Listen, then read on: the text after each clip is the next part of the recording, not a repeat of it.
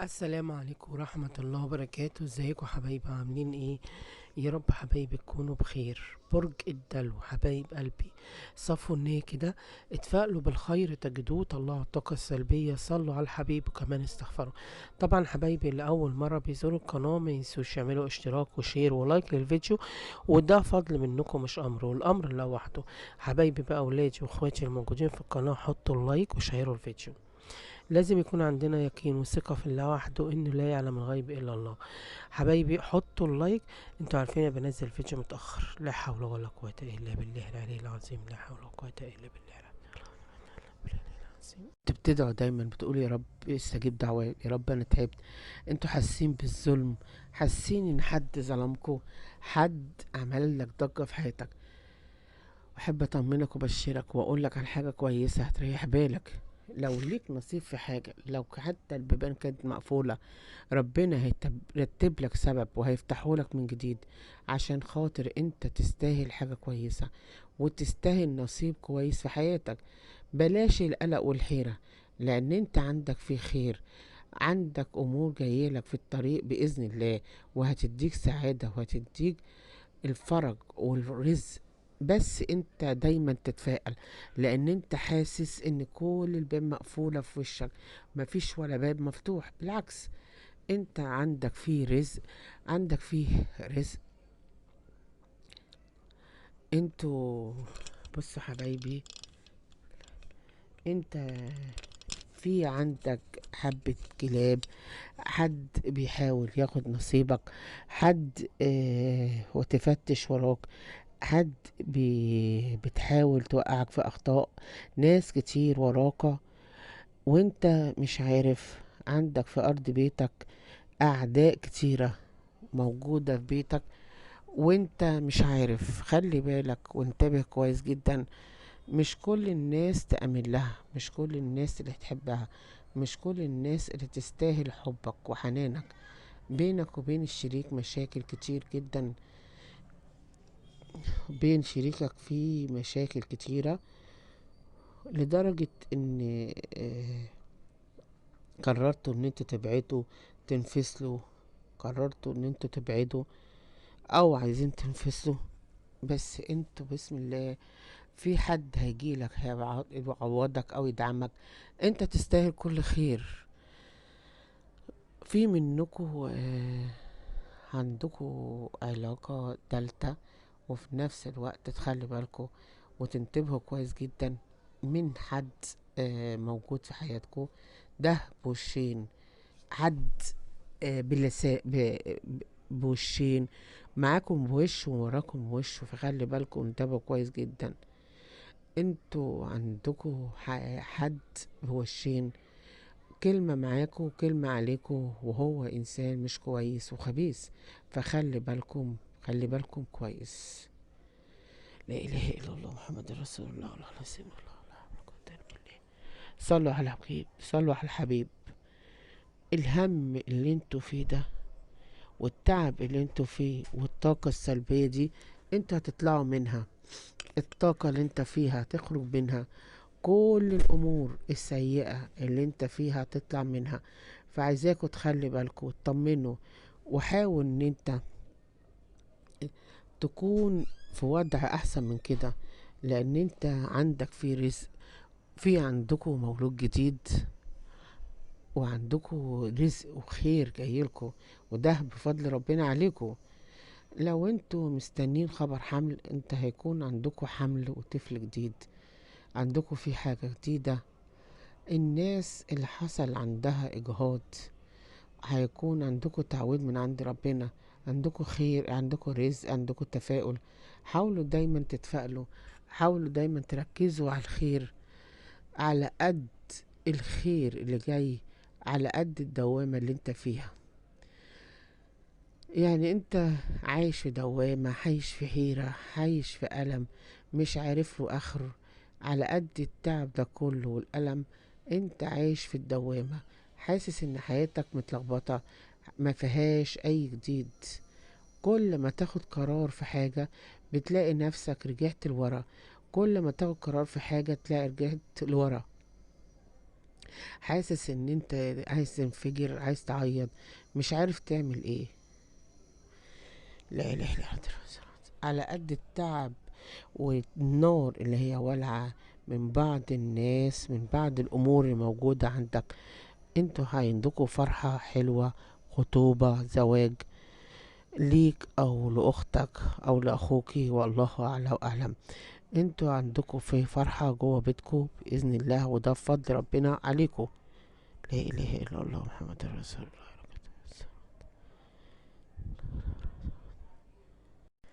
الراجل منكوا دايما عنده مشاكل، دايما في مشاكل في حياته العاطفية، دايما عندكوا في نفور، دايما عندكوا حيرة، توتر.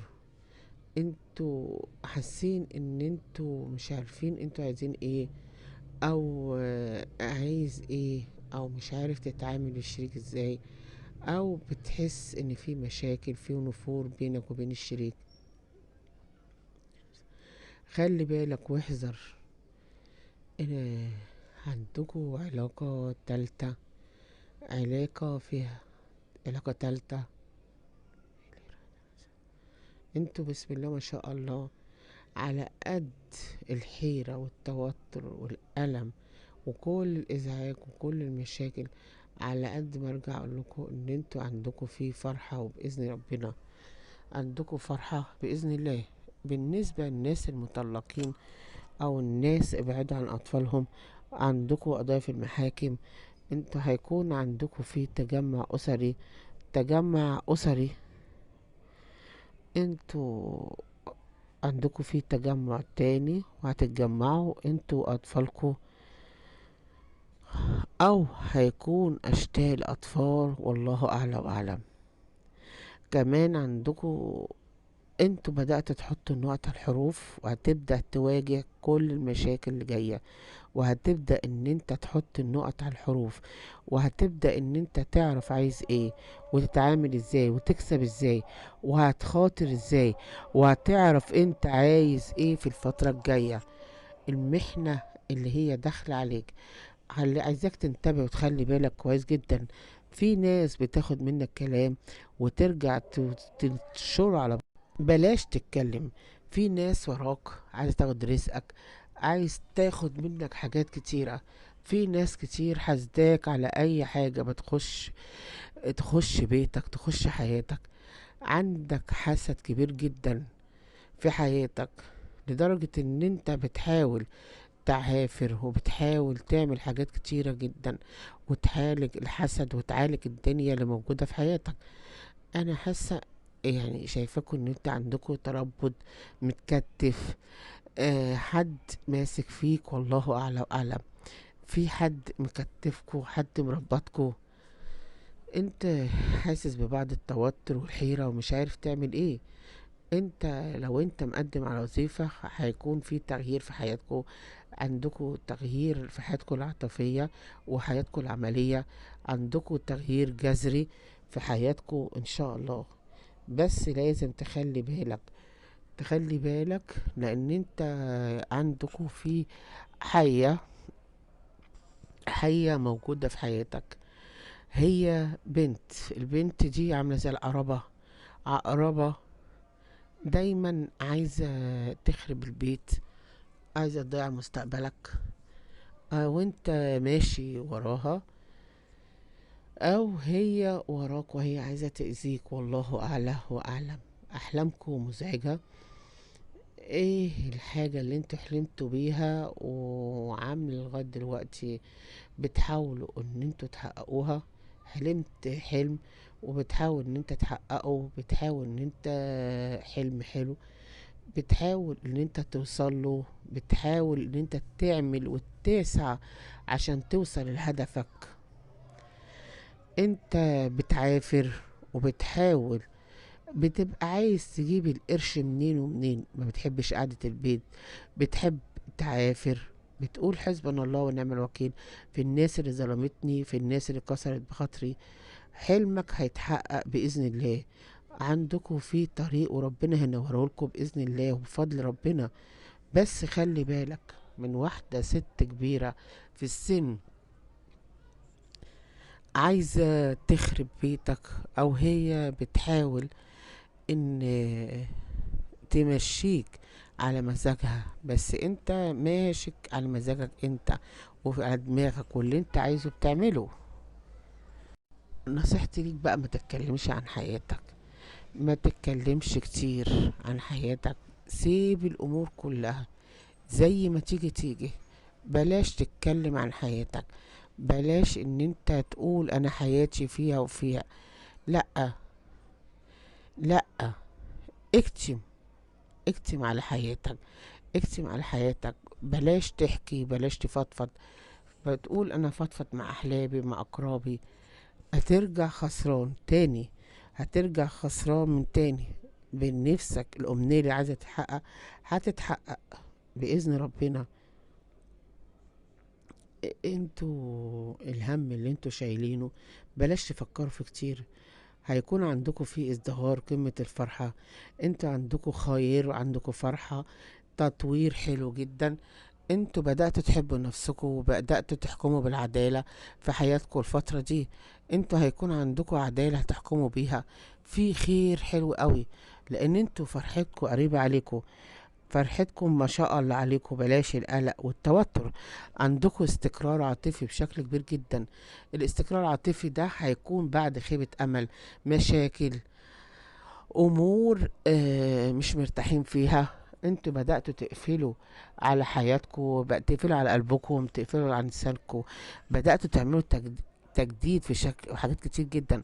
انت عندكم استقرار في الحياة الجاية، كل مشاكلكم هتتحل، والغيمة السوداء اللي عليكم دي هتنزاح وهتترمي بره، لان تفكيركم قوي، تفكيركم في اكتر من حاجة. والخبر الحلو ده بإذن الله هيفرحكم قوي. في حد عندكم تعبان وبالكم مشغول عليه وعمالين تفكروا فيه كتير جدا، او في حد مش عاجبكم تصرفاته وعمالين تتكلموا معاه وبتقولوا انت بتعمل غلط. في تجمع في عيلة، في نقلة جديدة، نقلتكم هتكون حلوة جديدة. انتوا حابين تقعدوا مع نفسكم، حابين الاستقرار، حابين ان انتوا بتحبوا العزلة جدا وبتحبوا الهدوء. في عندكم ارتباط وزواج والتجمع في قعدة حلوة. والمال اللي جايلكوا ده عايزكم تمسكوا على ايديكم شوية، لان ربنا هيفرحكم، لان انتوا عندكم عين قوية سايباكم من اقرب الناس ليكم. فخلي بالكم، حياة جديدة عندكم هتبدأوها واحدة واحدة. العصبية مش عايزاها، بلاش العصبية، لان انتوا بتمروا بضيقة، بتمروا بخنقة، بتمروا بعدم استقرار في حياتكم المادية والنفسية. فياريت تخلي بالكم، حياتكم حاسين ان هي متلخبطة، بتجيبوا الزعل لنفسكم من غدر الناس اللي حواليكوا. محدش يعلم الغير، فياريت تخلي بالكم. عندكم في على جسمكم، في منكم عنده علامة زرقاء، وجع في الجسم، عندكم علامات. فياريت تخلي بالكم، لان انتوا بتيجوا على نفسكم دايما. اللي انتوا فيه ده غلط.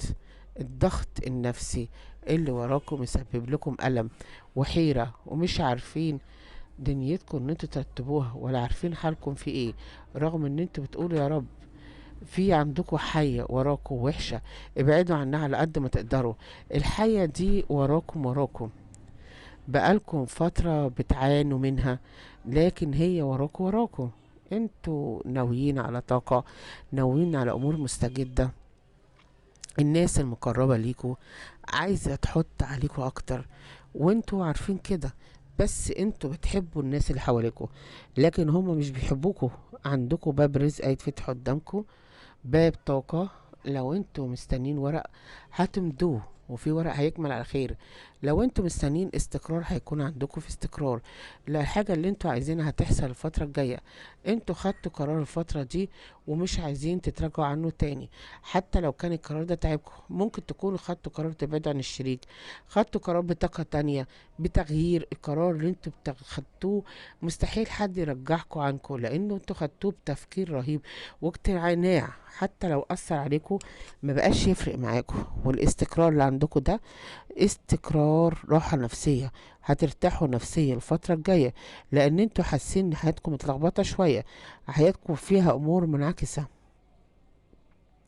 عندكم في حد تعبكم الفترة دي من أبراج المائية، ابراج مائية، ممكن يكون حد تعبكم، برج السرطان، العقرب، الحوت، حد تعبكم، حد واكل حقكم، حد مش واقف معاكم، والله اعلى واعلم. لكن الفترة الجاية هيكون عندكم امور مستجدة، حد عندكم بيتعامل معاكم ببرود وانتوا ما بتحبوش العلاقة اللي فيها برود، وعشان كده مسبب لكم وجع دماغ.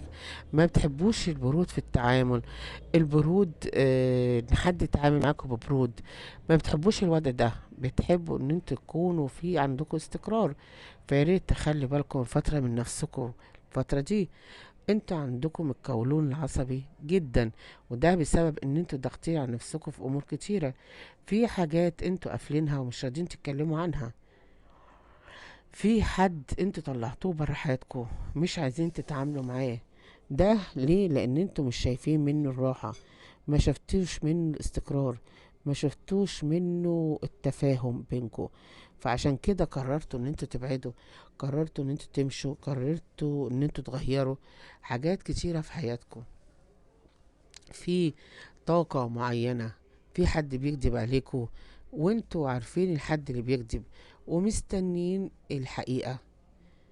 الشريك عندكم لو كان عندكم في شريك قديم، انتوا ما عملتوش معاه حاجة وحشة، كرمتوه وفضلتوه عن نفسكم وعملتوا معاه حاجات كتيرة جدا، لكن انتوا معرفتوش تقفوا على الارض صلبة معاه، خانكوا، بعد عنكوا او سابكم، وعشان كده اتغيرتوا واعلنتوا ان انتوا تعملوا تجديد في حياتكم.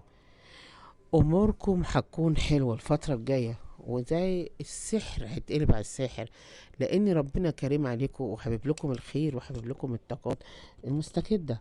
والاعمال اللي عندكم دي ربنا مش راضي عنها، او ربنا مش حاببها ان هي تكون موجودة في حياتكم. فياريت تخلي بالكم من اي مشكلة مأثرة عليكم، لان ربنا كريم عليكم وحابب لكم ان انتوا تكونوا في الطاقات الجديدة، لان انتوا قلبكم طيب، لو انتوا ما بتتعاملوش بعدالة في حياتكم، انتوا بتتعاملوا بعدالة مع الناس اللي حياتكم. انتوا الفترة دي انتوا شايفين نفسكم مضغوطين مهنيا عاطفيا في كل الاتجاهات، لكن ربنا هيكون كريم عليكم. في شخص بيدبر لكم حفرة، الحد ده مرات اخ، يا اما حد بيخص العلاقات بتاعتكم في العيلة بتاعتكم. فدايما اقول لكم خلي بالكم، انتوا بتدوا الناس كلها طاقة ايجابية، لكن مفيش حد بيديك طاقة ايجابية. عندكم في تغيير مباشر، في مكسب هتكسبوه، في ربح، في منكم عايز يشتري عربية، ذهب، في حد عايزين تشتروا اكتر من حاجة. خلال الفترة الجاية هيكون عندكم مكسب في رزق حلو. في عندكم طريق انتوا مش مرتاحين فيه، لكن انتوا مكملين الطريق ده سلبي ليكوا، فياريت تخلي بالكم منه. انتوا اتألمتوا في الطريق ده كتير، لكن مصممين ليه؟ لان انتوا ما بتحبوش تنسحبوا عن اي حاجة انتوا دخلتوا بيها فيها بارادتكم. الانسحاب عندكم موت، طول ما انتوا دخلتوا في حاجة عايزين تكملوها وبتكبروا حتى لو جاي على صحتكم. فياريت ما ترهقوا نفسكم. طاقة تفكير، وطاقة التفكير دي هي اللي مسببة لكم الإرهاق، مسببة لكم عدم الراحة، تعبانين من كتر الضغوط. العلاقات النرجسية أو العلاقة النرجسية دي تعباكوا واخدة من طاقتكم. فخلي بالكم، لأن انتوا عندكم دفعة لقدام، في خلاف بينك وبين حد مسبب لكم ضيقة.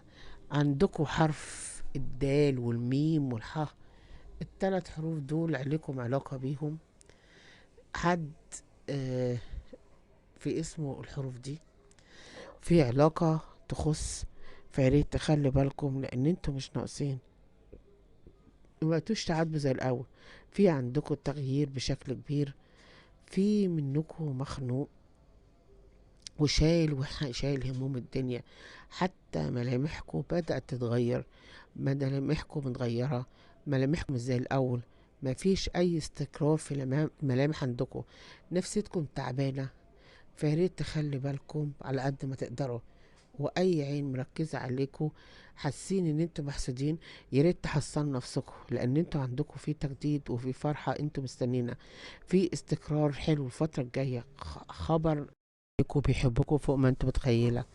انتوا لازم اعصابكم تكون هادية، لازم تكون هادين، والاستقرار النفسي لازم يكون مفتوح قوي.